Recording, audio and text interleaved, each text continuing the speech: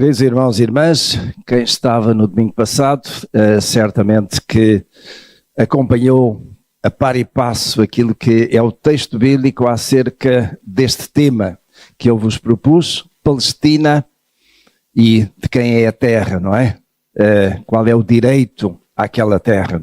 Isto por causa das guerras que têm acontecido e particularmente nos últimos meses entre Israel e os palestinianos na faixa de Gaza, também um pouco na Cisjordânia e no Líbano, e como é que nós naturalmente nos baseamos na Sagrada Escritura para considerar de quem é que tem o direito àquela terra. E aquilo que eu fiz foi procurar todo o texto bíblico, desde o Gênesis até aos Evangelhos, particularmente até aos dias de Jesus, e aquilo que a palavra de Deus nos apresenta acerca daquela terra e do direito à propriedade.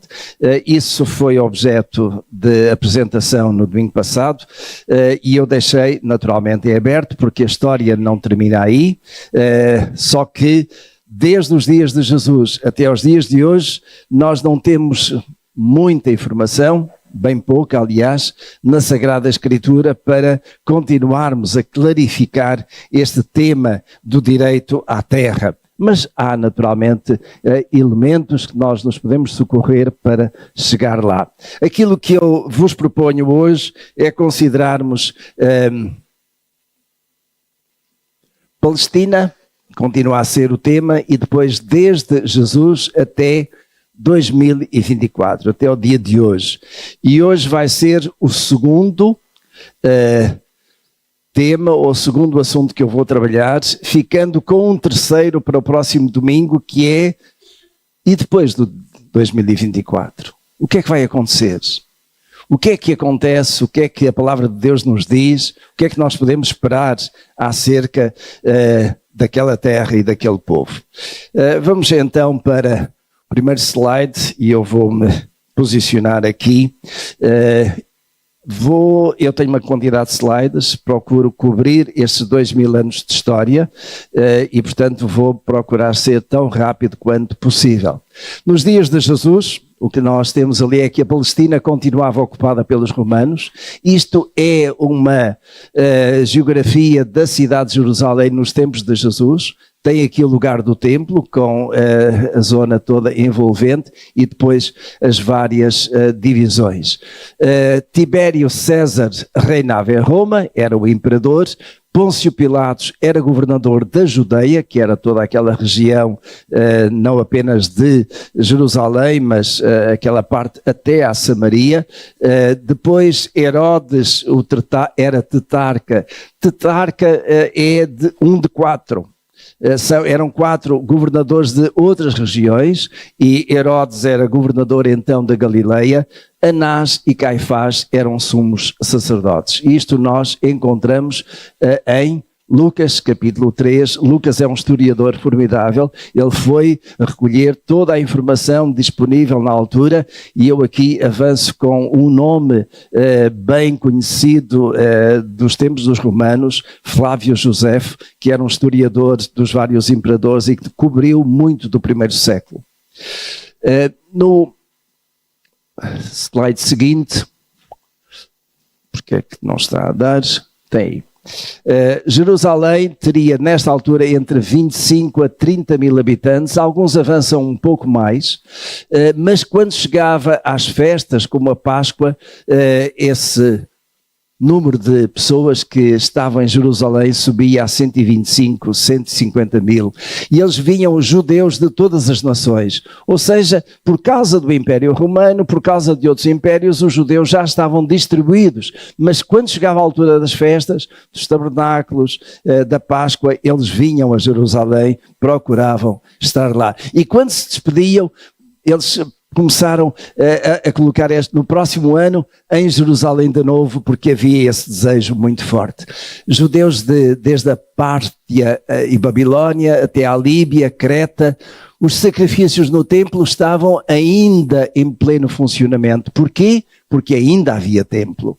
No entanto, e isto por causa agora dos palestinianos, ao invés, não há qualquer vestígio da presença dos descendentes de Ismael na cidade, nem na Palestina. Isto nós sabemos que os descendentes de Ismael foram colocados onde? Em toda a envolvente da Palestina. Só que chegamos ali aos últimos dias de Jesus.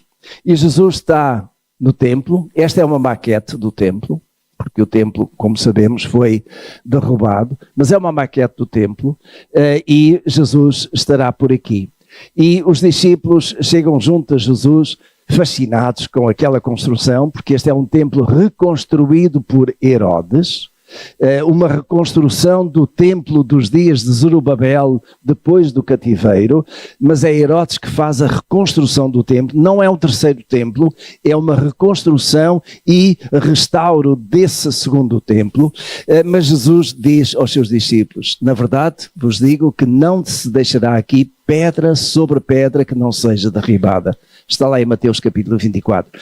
Vale a pena ler Mateus 24 e 25. É o chamado sermão profético, em que Jesus diz aquilo que há de acontecer, em que ele fala lá, naqueles primeiros versículos, de guerras e rumores de guerras, de falsos cristos, falsos profetas, o evangelho que será pregado em todo o mundo, e então virá o fim. Vale a pena fazer essa leitura. Mas aquilo que Jesus diz é, e Jesus está a falar por volta do ano 30, não ficará aqui pedra sobre pedra que não seja derribada. No dia 30 de agosto do ano 70 depois de Cristo, o exército romano, comandado pelo general Tito, capturou a cidade santa e destruiu o templo. Não ficou pedra sobre pedra. E isto não quer dizer que uma pedra não tivesse ficado sobre a outra, mas aquilo que Jesus está a dizer é que do templo apenas ruínas, nada mais ficará aí.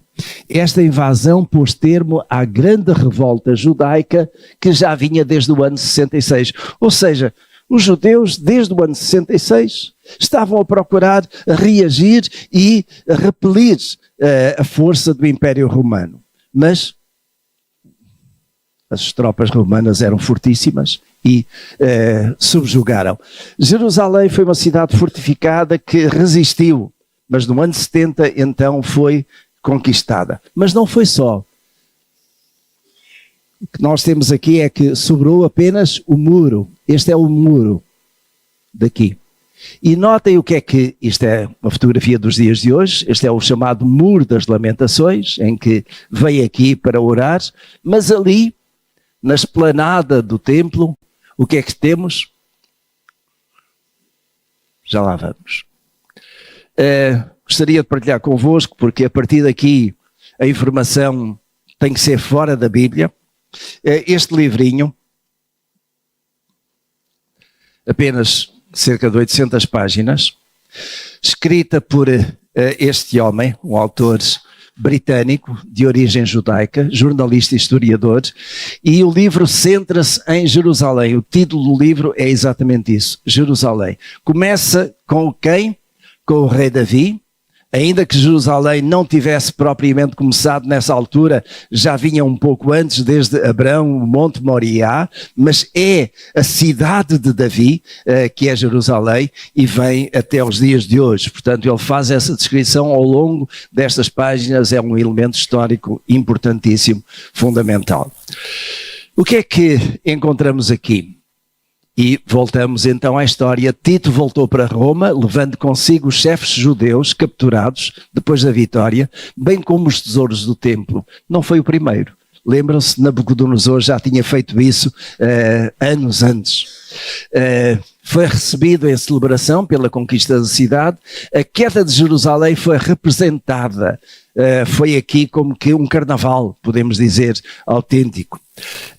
Representada em cenas de rua, com os legionários a atacar, os judeus a serem massacrados e o templo em chamas. Depois, a cena mais cruel, o Santo dos Santos, a mesa dourada, os candelabros, a lei dos judeus. E o principal prisioneiro, que foi Simão ben Goriá, desfilou com a corda ao pescoço. Então isto foi um espetáculo e foi aplaudido, foi de facto um tempo de vitória retumbante, isto em Roma. Foi mais uma conquista. Quando a procissão, digamos, todo aquele seguimento, não é? A procissão parou diante do templo de Júpiter. Roma era uma cidade e todo o Império Romano extremamente idólatra.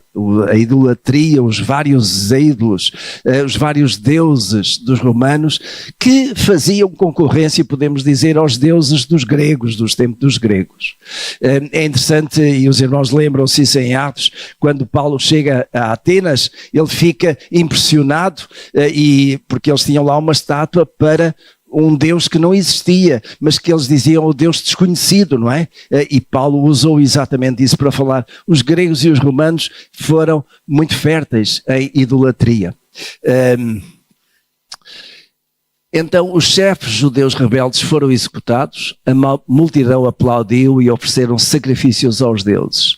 Diz aqui o autor do livro, ali morria Jerusalém. Ali morria Jerusalém. E a questão é, morreu? Não. Mas, digamos, Jerusalém, como era conhecida, com o templo e tudo mais, estava desfeita. Os despojos judaicos financiaram a construção do Coliseu e do Templo da Paz em Roma. Alguns conhecem talvez o Coliseu. Alguns judeus ainda continuaram a viver na Judeia e Galileia, bem como por muitas outras comunidades espalhadas pelo Império Romano. Ou seja, os judeus continuaram. Não foram exterminados, por assim dizer. A fortaleza de Massada, não sei se os irmãos terão ouvido, mas este é um lugar importante, ainda se aguentou por 3 anos. Massada era aqui, ali mais à frente tem o Mar Morto, uma parte do Mar Morto já mais para o sul, e Massada foi aqui, neste monte, neste planalto, e temos aqui algumas ruínas. Eu visitei este lugar, aqui é um dos lugares obrigatórios, podemos dizer, mas em abril do ano 73 foi cercada e conquistada. O que eu vou ler agora pode chocar alguém, mas é isso que está registado. Registado de quem? Do historiador romano Flávio Josefo.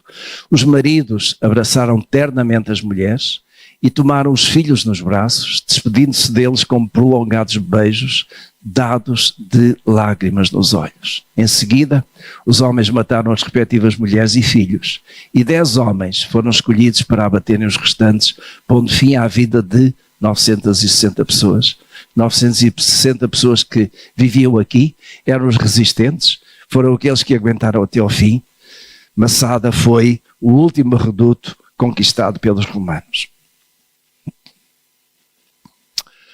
O ano 130 é um outro imperador, Adriano, visitou a cidade de Jerusalém, e decidiu mudar-lhe o nome para Hélia Capitolina.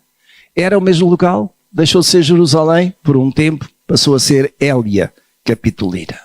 Proibiu a circuncisão sob pena de morte. A circuncisão era uma marca. Era uma marca. Desde os dias de Abraão. Marca dos judeus, do povo judeu. Tinha planos para reconstruir outra cidade sobre as ruínas de Jerusalém. Entretanto, um judeu, Simão Bar Kokhba, assumiu a liderança dos judeus na revolta contra os romanos. Adriano chamou 12 legiões e uma legião de soldados, eram alguns milhares, que avançavam sobre os judeus. 985 aldeias foram arrasadas, 585 mil mortos no campo de batalha, milhares mais foram mortos pela fome e doenças. A escravatura foi ainda mais dura e continuou até quando? Imperador Constantino. No entanto, o povo judeu continua a existir e alguns ainda continuaram lá. Mas dos descendentes de Ismael, não há registro naquele lugar da Palestina. No ano 313 está como imperador Constantino, que supostamente se terá convertido ao cristianismo, concedeu aos cristãos a liberdade de culto. Começou, podemos dizer, a era do cristianismo. Os judeus foram reprimidos. porque o que é reconhecido agora é o cristianismo como a religião oficial do Império, mas o judaísmo era oponente, podemos dizer, os judeus foram reprimidos. Constantino deu carta branca à sua madrasta Helena, convertida ao cristianismo, para embelezar a cidade de Cristo. Quem tem visitado a Palestina, ou este território, tem notado que há igrejas, templos católicos, sobretudo por todo o canto, não é? Muito se deve, em parte, a todo o desenvolvimento que esta senhora fez. O lugar da crucificação tinha sido arrasado e sobre ele tinha sido colocado um templo e uma estátua de Adriano. Quem foi Adriano? Um dos imperadores que era extremamente idólatra. Helena mandou derrubar tudo isso e mandou construir igrejas cristãs em toda a Jerusalém. E em 333, portanto 20 anos depois, as peregrinações a Jerusalém recomeçaram. Exatamente estes lugares que eram lugares de culto, lugares sagrados. 16 de julho de 362, o novo imperador Juliano perguntou a uma delegação de judeus que se encontrou numa das suas movimentações. E ele perguntou isto, e é interessante: porquê é que não oferecem sacrifícios? E a resposta deles é: não podemos. E não podiam porquê? Porque o templo estava destruído. Então aquilo que eles pedem é: restaura-nos a cidade, reconstrói-nos o templo e o altar, porque é no altar que se oferecem os sacrifícios. Juliano encarregou a Lípio de reconstruir o templo, artesãos foram contratados, materiais recolhidos, até que, quase um ano depois, Jerusalém foi atingido por um tremor de terra e os materiais para a construção foram incendiados. Eram materiais de madeira. O templo não foi reconstruído. Isto é interessante porque abre-nos aqui esta ideia que eu irei falar no próximo domingo. O terceiro templo. O terceiro templo. Chegamos aqui aos anos 630, que é a conquista árabe. Maomé era membro da tribo dos Quraysh, vivia em Meca, tornou-se pregador da submissão. Os irmãos têm ouvido falar muito em Islão. Islão significa submissão. Submissão a Deus que é, para eles, Allah. Posso dizer-vos, é a minha opinião, Allah não tem nada a ver com Jeová. Com vista à salvação universal, em Medina fundou a primeira mesquita. Criou um pequeno estado com leis próprias, mas não foi bem acolhido nem em Medina nem em Meca. Medina e Meca são dois lugares-chave sagrados para o Islão ou para os islâmicos. Desencadeou a Jihad, certamente já têm ouvido falar Jihad. Jihad é o quê? Guerra Santa de Conquista. Então há aqui uma Guerra Santa, estavam fora da Palestina e é conquistar, digamos, não é apenas a Palestina, é o mundo inteiro. Fiquem com esta ideia. Aquilo que é um dos propósitos dos islâmicos é conquistar o mundo inteiro e convertendo ao islamismo. O Corão, alguns dizem Alcorão, não precisam dizer Alcorão, porque Corão é a palavra, Al é o artigo, não é? Portanto, o Corão promovia a destruição dos infiéis ou a tolerância se eles se convertessem. Quem são os infiéis? Todos os que não são islâmicos. Todos. Qualquer que seja a sua religião. Católicos, evangélicos, hindus, todos esses são infiéis. E para o Islão, todos esses são para conquistar, para o Islão, nem que seja pela força. Em 630, conseguiu capturar Meca, difundiu o Islão pela Arábia, sobretudo a Península da Arábia, por via das conversões e da força. Ainda na conquista árabe, após a morte de Maomé, um dos seus discípulos, de nome Omar, é ele que vai coligir o Corão. Maomé não escreveu, aliás, ele, se não era analfabeto, um pouco mais do que isso era, mas ele tinha os seus discípulos, ele falava, e foram sendo coligidas muitas das suas pregações, dos seus ensinos. Constituiu grande parte da legislação islâmica. Nas primeiras décadas, bastantes judeus aderiram ao Islão. É interessante. Os conquistadores árabes partilharam os lugares de culto com os cristãos, ou seja, lá na Palestina, em Jerusalém, aqueles santuários que tinham sido construídos na Natividade em Belém, no sepulcro, lá também acima em Tiberíades, nos vários, em Nazaré, nos lugares por onde que eram relevantes para Jesus, que já havia alguns templos católicos, eles reuniam ali naquilo que tinha a ver exatamente com a importância para o islamismo.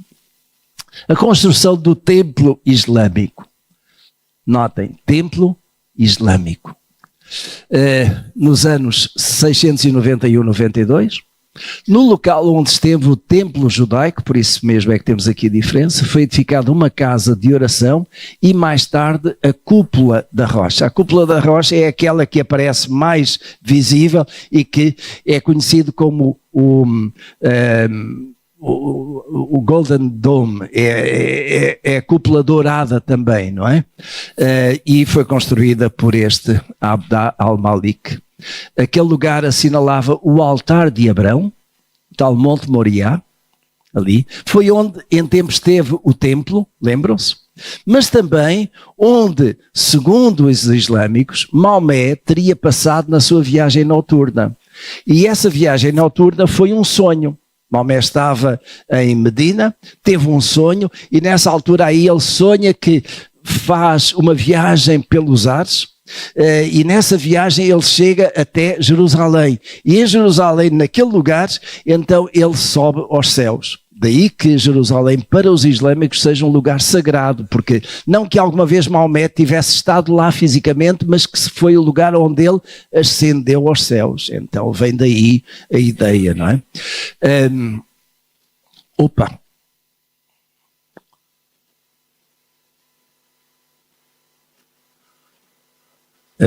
Então, estamos ali.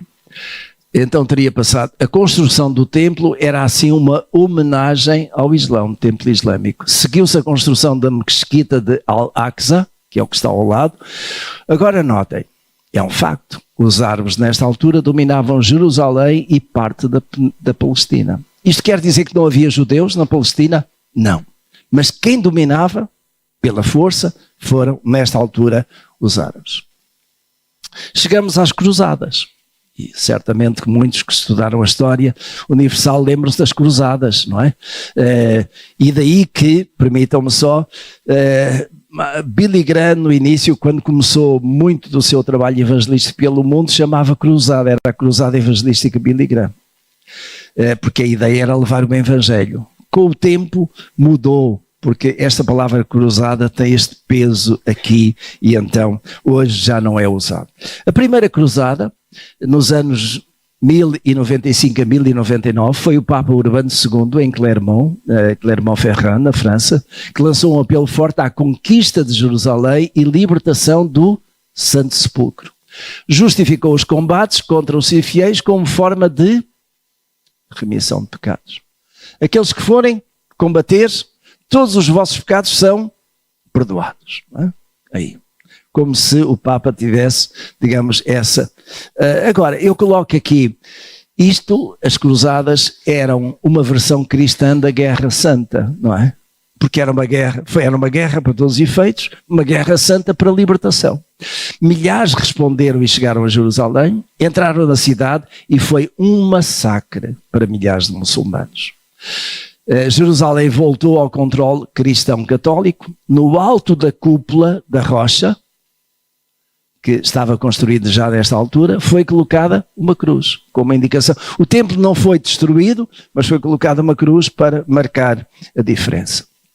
A segunda cruzada, ou as várias cruzadas, mas a segunda que acontece neste tempo de 1147-1149, foi essencialmente para a libertação do Condado de Edessa. O Condado de Edessa ficava ali a nordeste daquilo que é a Turquia hoje.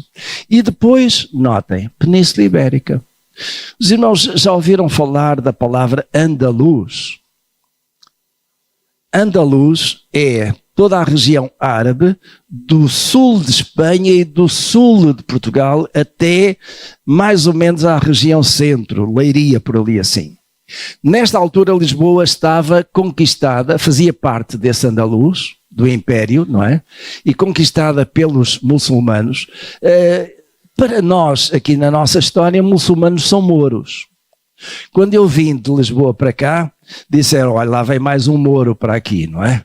Porque tudo aquilo que é abaixo do Rio Douro, os mouros. Havia um bocadinho esta ideia. Enfim, lá me foram aceitando aqui, apesar de ser mouro. Em 1147, Lisboa foi conquistada, já com Afonso Henriques como rei de Portugal. A conquista de outras terras, como Alcácer do Sal, Silves e por aí fora, foram sendo conquistadas exatamente com o auxílio dos cruzados, à medida que eles passavam do norte da Europa de barco e aportavam ou aqui no Douro ou em Lisboa e até no Algarve, fazendo algumas pausas para abastecimento e seguiam. E houve várias cruzadas. 1187 aparece Saladino, que é uma figura de proa para os islâmicos. Ele era sultão, ou seja, um dos chefes do Egito e da Síria, cercou Jerusalém e tomou a cidade. E por isso mesmo foi preciso novas cruzadas para... E as cruzadas duraram bastante tempo. A terceira cruzada é de 1189 a 92, teve o propósito de reconquistar Jerusalém e seguiram-se mais 6 cruzadas até 1272. Ou seja, estamos a falar de quase 300 anos aqui de guerras para a libertação por causa desse império. E chegamos ali aos anos 1250 até 1517, e 1517 é um ano interessantíssimo, como sabemos, mas em que são os mamelucos. Quem são os mamelucos? Soldados da milícia egípcia, constituída por escravos turcos, fiéis aos seus donos, e os seus donos eram quem? Sultões ou sheiks tribais e comandantes, dominaram Jerusalém por quase 300 anos. Mas o facto de terem dominado Jerusalém não quer dizer que tivessem extinto ou feito desaparecer os judeus dali. Durante este tempo viviam na cidade cerca de 1000 judeus, não eram muitos, não é? No qual veio a ser mais tarde o conhecido bairro judaico. Jerusalém está dividido em 4 partes nos dias de hoje. Uma delas é o bairro judaico, tem o bairro árabe e tem o bairro arménio, etc. E o bairro católico. Os otomanos, chegamos aqui a 1517. 1517 é uma data importante, não é? O que é que os irmãos se lembram de 1517? Descobrimentos, sim. A reforma protestante, não é? Lembram-se Martinho Lutero? 1517. Em agosto de 1516, um sultão otomano, e notem atenção, otomano é aquilo que mais tarde vem a dar origem aos turcos, ali. Mas há aqui séculos do Império Otomano. O Império Otomano é de origem islâmica, árabe. É um sultão que derrotou o exército dos mamelucos na Batalha de Alepo. Onde é que é Alepo? Síria.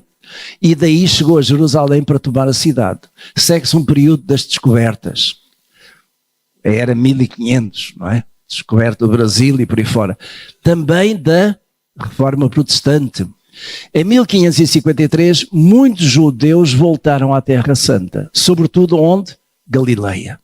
Jerusalém continuava nas mãos de Suleimão, um outro sultão otomano islâmico, ainda que alguns judeus ali habitassem. Nestes quase 4 séculos, há registros da permanência de judeus em Jerusalém e outras partes da Palestina. O que significa que, na verdade, debaixo deste domínio ou daquele, sempre houve judeus em Jerusalém, na Palestina. O Império, e chegamos aqui a outro período, anos 1799, lembram-se? Napoleão Bonaparte. Os portugueses lembram-se das invasões francesas, aqui nesta altura. Napoleão Bonaparte e as suas tropas invadem a Palestina e tinham planos para conquistar Jerusalém, mas Napoleão acabou por não conseguir. Jerusalém foi entrando, e agora notem, em decadência e recuperação. Decadência, recuperação. Decadência, recuperação, conforme os seus governadores. As igrejas católicas e outros lugares relacionados com a paixão de Cristo eram sempre motivo de peregrinações e festividades. Eram marcos. E que estavam ali e que atraíam e foram atraindo ao longo deste tempo. E chegamos aqui a um ponto em que os evangélicos entram em cena. E começam a entrar em cena em Jerusalém, na Palestina, com Israel, de uma forma muito marcante. Mas 1840. Em 1808, em Londres, foi fundada a Sociedade para a Promoção do Cristianismo entre Judeus. Cristianismo entre judeus. A preocupação de que os judeus, porque tinham rejeitado o Messias, tinham rejeitado Jesus, precisavam de ser convertidos, não é? Então o cristianismo. Qual era a religião dominante na Inglaterra? O anglicanismo. Digamos, uma linha protestante que, já vinha dos tempos de Henrique VIII e não era mais que um católico ou do que uma igreja católica em que deixou de ser o Papa a governar e passou a ser o rei ou a rainha. Mas, de qualquer modo, tinham esta preocupação, de certo modo, evangelística. A segunda vinda, estes evangélicos viviam na expectativa da segunda vinda de Jesus. Isto é muito importante. Porque a expectativa da vinda de Jesus dinamiza muita ação dos cristãos. Jesus está para chegar, então é preciso apressar e é preciso que haja, digamos, que o povo judeu esteja onde? Na Palestina, esteja em Jerusalém. Eu vou falar disso mais particularmente no próximo domingo.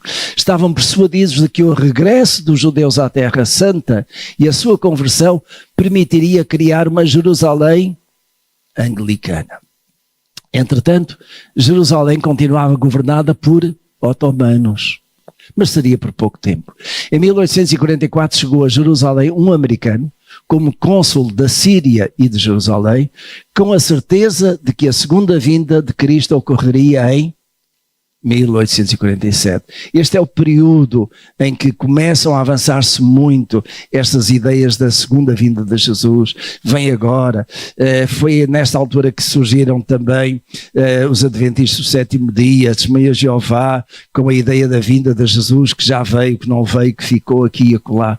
Em 1844 chegou a Jerusalém este americano. Nos anos seguintes, Jerusalém foi imensamente povoada de americanos apocalípticos milenaristas. O que é milenarista? Tem a ver com milénio. Então a ideia de que o milénio está para começar e começando o milénio, a vinda de Jesus está iminente. Porque Jesus vem e tem o milénio 1000 anos, não é? Em que Jesus estará com o seu povo, que haverá paz. E tudo isto tem que ter como base o quê? A Terra Santa. Então esta ideia, aqui o movimento, que eu direi foi com uma leitura um bocadinho distorcida ou desfocada da Sagrada Escritura, mas que não deixa de ter, digamos aqui, um propósito muito interessante que nos traz aos dias de hoje. Depois temos aqui Jerusalém, cidade árabe, cidade imperial, nestes 10 anos, e o autor aqui, o Simon, deste livro, tem aí um capítulo em que ele tem exatamente isto, e ele descreve que Jerusalém era uma torre de Babel, com uma panóplia de vestimentos, uma hierarquia de religiões e línguas. O que é que isto significava? Que todo tipo de pessoas estava em Jerusalém. Todos queriam estar em Jerusalém, até os hindus. Então as várias religiões estavam ali representadas através das suas roupagens, da sua hierarquia religiosa, das várias línguas. Jerusalém era uma cidade cosmopolita. A cidade crescia para fora dos muros com judeus e árabes, gregos e alemães. Então havia esta convivência ali na cidade, mas Jerusalém era uma cidade muito procurada a partir desta altura em particular. Em 1880, 17 mil judeus que viviam na cidade constituíam a maioria da população. Havia bairros judeus, bairros árabes, mas a maioria já nesta altura era de judeus. Depois de tudo aquilo que foi acontecendo ao longo dos séculos, não é? O sionismo. O que é o sionismo? O sionismo tem a ver com a palavra Sião. Sião significa o quê? É um monte Sião. E o Monte Sião é o monte sobre o qual está edificada a cidade de Jerusalém. Então todos aqueles que estão relacionados com os judeus, com o judaísmo, são também sionistas. Mas o movimento Sião é, no fim de contas, o quê? Os judeus, onde quer que estejam, retornarem para Jerusalém. Há este movimento aqui, vamos voltar para a nossa terra. O sionismo, movimento, preconizava a criação do Estado judaico. Portanto, há um movimento aqui neste sentido, um Estado judaico, sem recorrer à violência e sem dominar nem deslocar os árabes palestinianos. Esta foi a ideia de uma convivência, mas criando um Estado judaico. O Estado judaico existiria a par deles, isto é, árabes de um lado, judeus do outro, par a par, digamos, não de mãos dadas, mas convivendo e vivendo. Entretanto, acontece o quê? A Primeira Guerra Mundial. 1914-1919. Os britânicos derrotaram os otomanos. Quem eram os otomanos? Islâmicos, daquele Império Otomano, foi derrotado. E quem assume as grandes potências nesta altura eram quem? A França e a Inglaterra.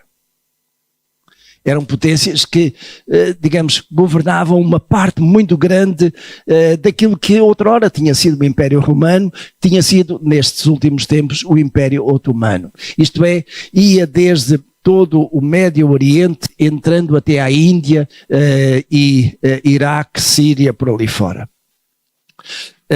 Os britânicos então derrotaram. Jerusalém foi capturada pelos britânicos em dezembro de 1917. Digamos, em plena Guerra Mundial. A imigração em grande escala de colonos judeus europeus foi posta em marcha com o consequente desmantelamento da sociedade palestiniana.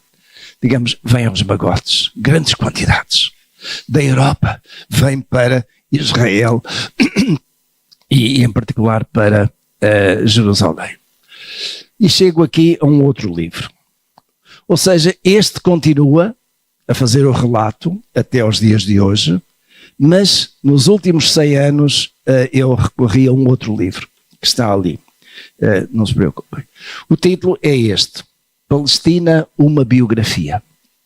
Quem é o autor?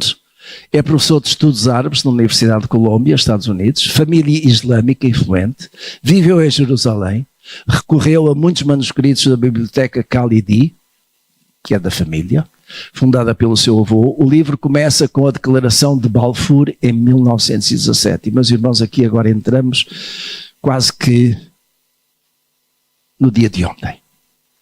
É a antecâmara para aquilo que nós vivemos hoje.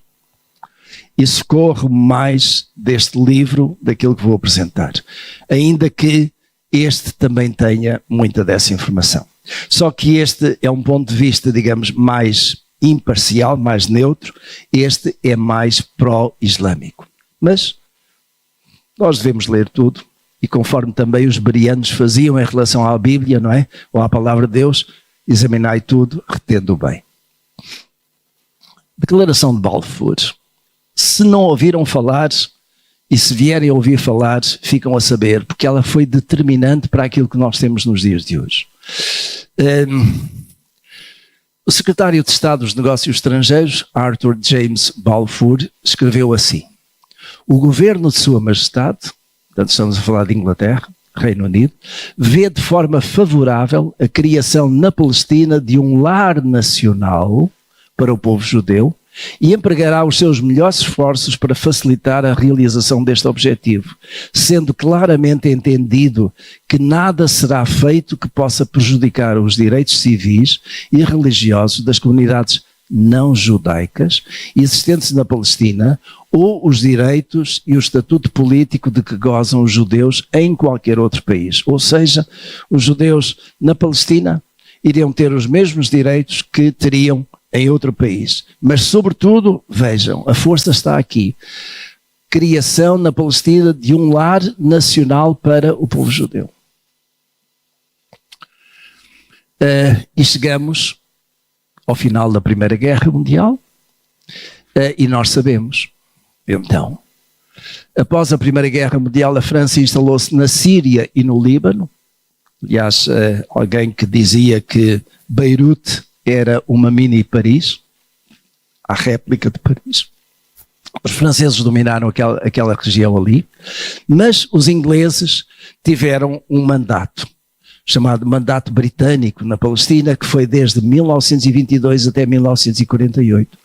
Em 1922, a nova Liga das Nações, e a Liga das Nações é aquilo que é hoje a ONU, Nações Unidas, mas na altura chamou-se Liga das Nações, e que foi constituída pelas grandes potências para quê? Para salvaguardar que viesse a haver outra guerra do género. Não aconteceu, porque veio outra grande guerra, mas o propósito foi esse. Então, em 1922, a nova Liga das Nações emitiu o seu mandato para a Palestina, que formalizava o governo do território pela Grã-Bretanha. E está aqui. Este mandato incorporava o texto da Declaração de Balfour, por isso ela foi tão importante. Como ampliava substancialmente os compromissos da Declaração. E agora, meus irmãos, vejam, isto é aquilo que as Nações Unidas decidiram em 1922. No terceiro parágrafo do preâmbulo do mandato, o povo judeu, isto é o que lá está, o povo judeu, e apenas o povo judeu, é descrito como tendo uma ligação histórica à Palestina. É verdade? É.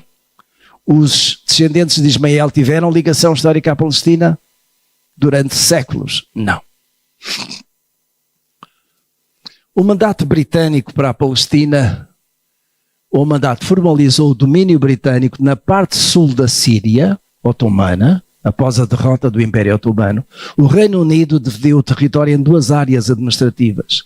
A Palestina, notem, por aqui, tudo isto era Palestina, a oeste do Rio Jordão, sob o domínio britânico, ficou até 1948, e a Transjordânia, trans é do outro lado, Transjordânia, que é toda esta região que está aqui, ali em cima temos a Síria, aqui a Arábia Saudita, ali o Iraque, tudo isto que está aqui era a Transjordânia. Esta área ficou isenta das disposições previstas relativas ao Lar Nacional Judeu. Lembram-se? Lar Nacional Judeu? Lar Nacional. É a mesma coisa que dizer o quê? É a sua casa, é a sua nação, é o seu território. O artigo 4º dava à agência judaica, que foi constituída, um estatuto quase governamental, com amplos poderes nas esferas económica e social, com representação diplomática internacional. Este sublinhado é meu, mas é para enfatizar, defendendo os interesses perante a Sociedade das Nações. O que é que era a Sociedade das Nações? Nações Unidas, ONU. O artigo 6º instava as autoridades do mandato britânico, a facilitar a imigração judaica e a fomentar o forte povoamento do território. Isto foi acontecendo. Ou seja, judeus espalhados nessa diáspora iriam voltar e seria facilitado o seu retorno ali. Isto foi fundamental para quê? Aquisição de terrenos em todo o país. Os judeus vieram, compraram terrenos e foram se instalando, mas foi também providencial com a chegada dos nazis ao poder na Alemanha e consequente perseguição e expulsão dos judeus. Porque os judeus que estavam na Alemanha quando Hitler assumiu, começou a perseguir os judeus, o que é que aconteceu? Muitos judeus saíram de lá e foram para onde? Para a Palestina, para ali. Os palestinianos não tinham representantes à altura. Durante este tempo, os palestinianos não tinham a expressão. Internacionalmente não eram reconhecidos, não havia grande ligação. É certo que também não havia vontade para isso, mas faltava-lhes liderança preparada e apoio internacional. Frustrados, revoltaram-se e fizeram aqui uma revolta de 1936 a 39. Durante estes anos revoltaram-se e procuraram repelir, mas a Grã-Bretanha, que tinha um mandato, usou a força militar e reprimiu fortemente a resistência armada palestiniana em 1939, matando ou ferindo cerca de 15% da população árabe. Foram milhares.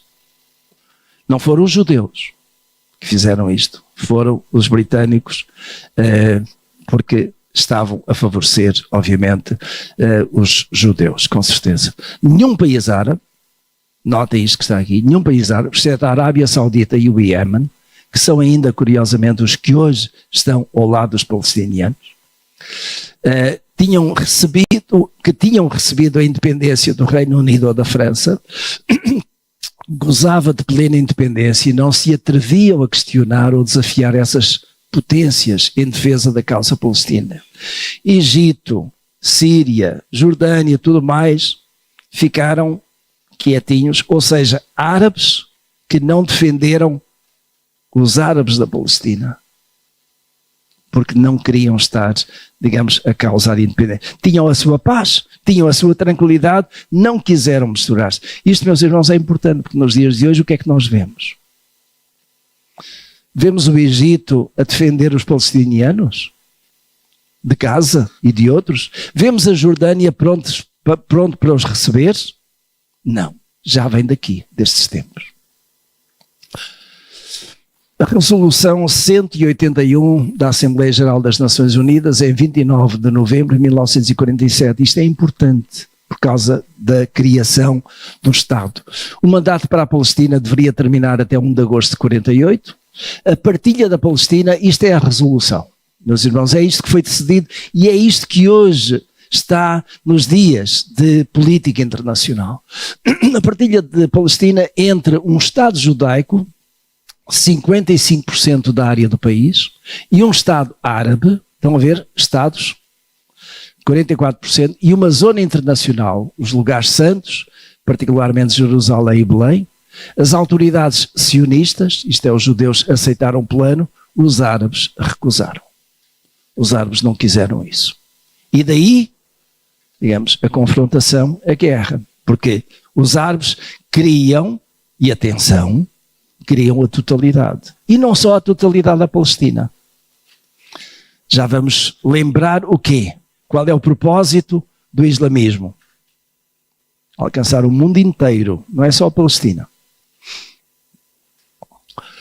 A 14 de maio de 1948, Israel proclamou a sua independência. E poderia as coisas ter ficado por aí.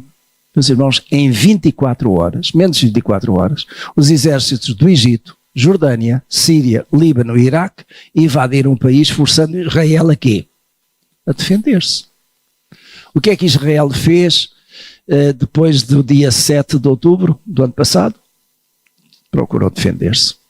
E tem acontecido assim. Às vezes tem atacado. O Reino Unido saiu de cena, isto é importante. O Reino Unido, a partir desta altura, saiu, cumpriu o seu mandato, saiu. E quem é que assume o papel de defesa do Estado judaico? Os Estados Unidos e a Rússia. Curiosamente, a Rússia. E porquê? Quero dizer, meus irmãos, a minha palavra aqui não tem nada a ver com política. Tem a ver com história. Simplesmente história. Os Estados Unidos e a Rússia ofereceram apoio militar a Israel. Estados Unidos e a Rússia. Ainda que as suas intenções fossem opostas. A Rússia de Stalin esperava captar Israel para a sua influência. Mas os Estados Unidos também. E por isso mesmo apoiaram. Eram superpotências, aquelas que saíram vitoriosas da Segunda Guerra contra o nazismo. Onde a população judaica nos Estados Unidos tinha já crescido para 4 milhões e exerciam grande influência. E essa influência não tem parado. Nos dias de hoje, são as grandes comunidades, o lobby judaico, que faz com que os Estados Unidos estejam aí prontos para apoiar. E neste momento o que é que nós temos ali?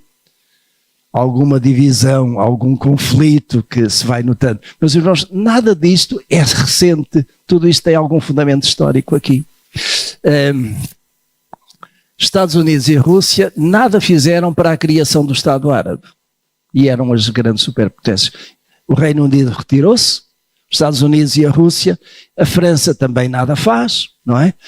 E, portanto, chegamos aqui. Em 1950, o rei da Transjordânia, que era a Transjordânia do outro lado do Rio Jordão, que tinha aquela parte mais, portanto, reparem, logo 2 anos depois, aplicou a sua ambição de expandir o seu pequeno reino e passou a chamar-lhe Jordânia. já não é mais Transjordânia, é Jordânia, e anexou a margem ocidental, concedendo cidadania a muitos milhares de palestinianos naquela região.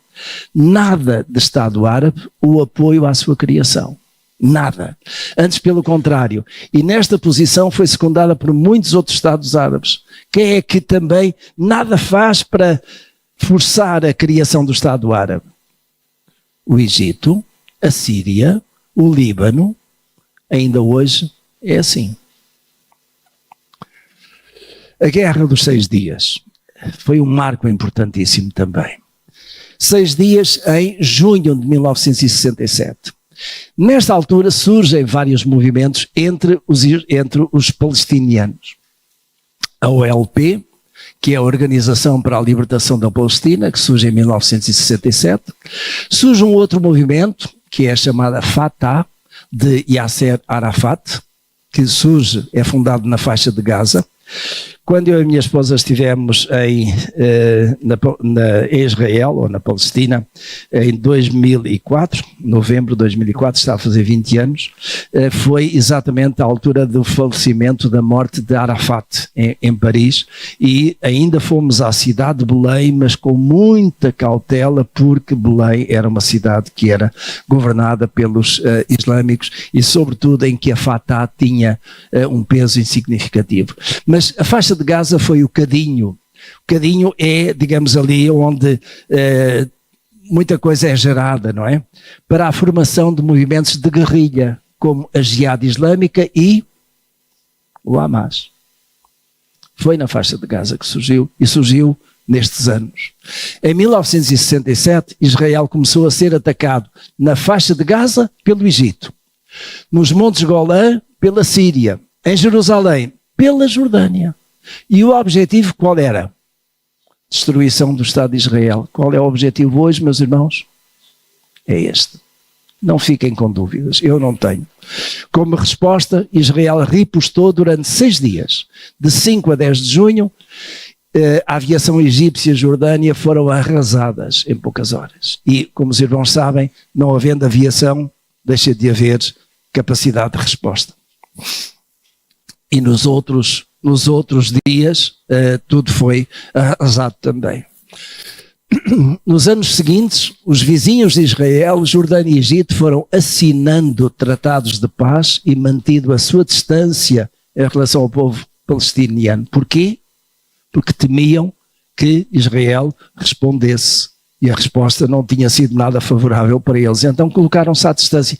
E é por isso que o Egito ainda hoje e a Jordânia não se querem meter com Israel, porque sabem que são capazes de levar. Ainda hoje recusam-se a receber os palestinianos da faixa de Gaza e da Cisjordânia. A faixa de Gaza está ali. A Guerra dos 6 Dias fez com que Israel, que tinha esta parte aqui, alargasse e viesse aqui até à Península de Sinai. E foi por aqui afora. Então esta região aqui, aos Montes Golã, pertencia à Síria, ainda hoje faz parte de Israel. Esta parte da Cisjordânia era maior, foi mais reduzida, e esta parte da Península de Sinai foi então devolvida ao Egito. Isto foi no Acordo de Camp David, em 1979. A Península de Sinai foi devolvida ao Egito, Israel manteve os restantes territórios, e ainda hoje é assim.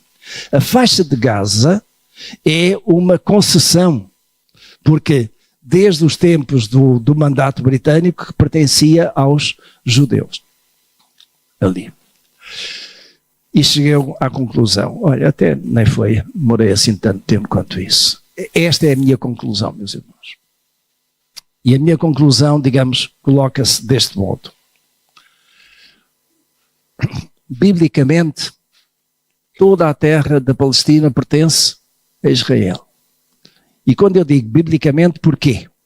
Não há nenhum relato, nenhum registro na Escritura, nenhum verso, nenhuma parte de um versículo que diga que aquela terra ou parte dela é de quem? Dos filhos, dos descendentes de Ismael. É sempre dada a quem? Aos descendentes de Abrão, por via de Isaac. Biblicamente é assim. Ainda há dias, não me lembro se foi nesta semana passada, que eu vi o Benjamin Netanyahu a usar um mapa e dizendo, este é território de Israel dado por quem? Por Deus. Bom, e depois foi logo, digamos, acusado, não é? Mas isso é biblicamente, não é? Bom, o que é que nós temos? Politicamente, a terra é para os dois Estados, judeu e árabe, conforme a resolução da Liga das Nações em 1947. Politicamente é assim. Ou seja, as nações, no seu acordo político, consideraram que aquele território era para dividir por judeus e árabes. Bom, na atualidade, a terra é de quem? De quem tem a força das armas e de quem tem o apoio internacional. E neste momento, de quem é? É de Israel. Tem a força das armas, tem apoio internacional. Os irmãos vejam como alguns países têm aqui uma hesitação em relação a quem apoiar. Digamos, por um lado é Israel, mas por outro lado a Palestina, e estão um pouco divididos aí as nações. É um facto que aqui na Europa, e permitam-me só, e isto é muito da minha leitura e da minha preocupação em termos futuros, aqui na Europa, a Europa tem sido muito mais pró-palestiniana do que pró-judaica. Muito mais. E tem apoiado grandemente. E nós temos visto para onde é que tem ido muito desse dinheiro para a construção daqueles túneis e armas. Agora, meus irmãos, permitam-me só aqui, este é um parênteses, é a minha preocupação. Eu vejo com muita preocupação o crescimento árabe na Europa. Enquanto que os europeus têm um filho, em média, os árabes têm 6 ou 7. Estão na Europa. Eu uma vez li uma citação de Osama Bin Laden. Ele diz que não vão conquistar a Europa pela força das armas, mas sim por dentro, com a população que lá está. A perspectiva é esta, no ano 2050, os árabes são mais numerosos do que a população europeia em alguns países ou em algumas regiões. Isso significa o quê? Manda quem tem mais força, quem tem mais voto. Porque aqui na Europa não é a força das armas, é a força do voto. Meus irmãos, isto a mim deixa-me com alguma preocupação. Mas por outro lado, nada acontece que não esteja nas mãos do Senhor. Agora, aqui há uns anos atrás houve, permitam-me aí também, um movimento, sobretudo da parte da Alemanha, para que a Turquia fizesse parte da União Europeia. E porquê? Porque há milhões de turcos na Alemanha. E houve como que um lobby. E a dado passo, a Alemanha deu um passo atrás. E ainda hoje a Turquia reclama fazer parte da União Europeia. E procura às vezes ter dividendos aí. Vocês não sabem que a Turquia é 98% islâmica. Isso significa que a Turquia, entrando na União Europeia, as portas estão abertas? São mais de 50 milhões que entram assim na Europa, com liberdade. Meus irmãos, isto dá que pensar. Dá que pensar. Eu pelo menos penso nestas coisas assim. Porquê? Porque eu tenho netos ou netas. E a minha questão é, como é que vai ser a vida das minhas netas, dos vossos netos, daqui a 40, 50 anos, na Europa, no mundo? Iremos falar disso de uma outra forma, num outro tempo. No futuro, meus irmãos, chegamos a 2024. Esta é a realidade. No futuro, o que é que vai acontecer? No futuro, a terra, no todo ou parte, será de Israel. Onde terão lugar o quê? Acontecimentos proféticos. Os irmãos já ouviram falar da Batalha do Armagedon, no Vale do Megido? Já ouviram falar num terceiro templo em Jerusalém? Se quiserem mais, no próximo domingo estaremos aqui porque eu irei falar sobre isto. Esta é a terceira parte, ou seja, no domingo passado eu considerei os 2000 anos antes de Cristo. Hoje, os 2000 anos desde Cristo até hoje. E no próximo domingo falarei de alguns textos bíblicos, nomeadamente a Batalha do Armagedom, o terceiro templo e também responder a esta pergunta: será que os judeus ainda são povo do Senhor? Será que os judeus ainda são povo do Senhor? No próximo domingo, meus irmãos.